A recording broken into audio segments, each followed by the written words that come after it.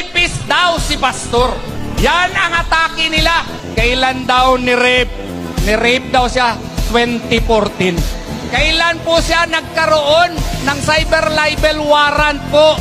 2018. Umalis po siya sa kingdom 2016. Yet, nag-file po ng kaso 2019. May rape ba na maski police report? Wala. May rape ba na pati medical certificate? Wala. May rape ba na pati SMNI ipasara? Mga radyo, TV niya ipasara? Rape ba yan? Lahat po ng kanilang pondo po frozen.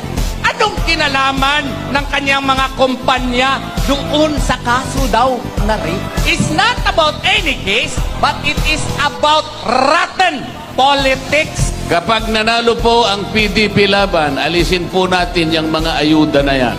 Yun pong kumukonsumo ng kuryente 2,000 isang buwan pababa. Pwede na po nating ilibre yun. Kapag ginawa natin yung 2,000 pesos worth of electricity consumed in 1 month pababa, ang maseserbisyuhan natin no less than 27 million Filipinos. Parehas, walang korupsyon sapagkat diretso sa inyo. Walang makakapagpasikat kasi wala nang magbibigay sa inyo. Kasi ngayon, nagbibigay. Akala mo naman ang galing sa bulsa nila yung perang binibigay sa inyo. Tandaan po ninyo, isasabihin namin sa gabing ito, talagang tatanggalin nila ang Vice President. Isa lang paraan para mapigilan natin ang kanilang binabalak.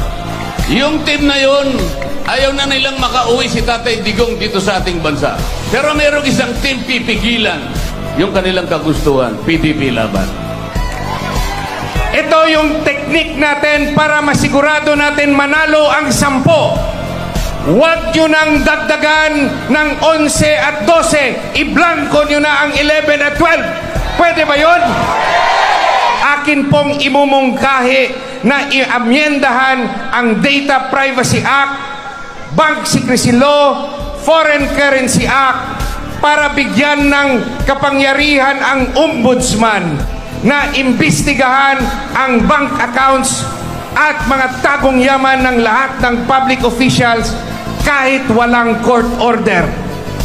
Naririto po kami lahat ngayong May 12, 2025. Ihatid po ninyo ang Duterte sa Senado nang maprotektahan natin si Vice President Inday Sara Duterte at may paglaban natin at maiuwi sa lalong madaling panahon si Tatay Digong. Ang the best president of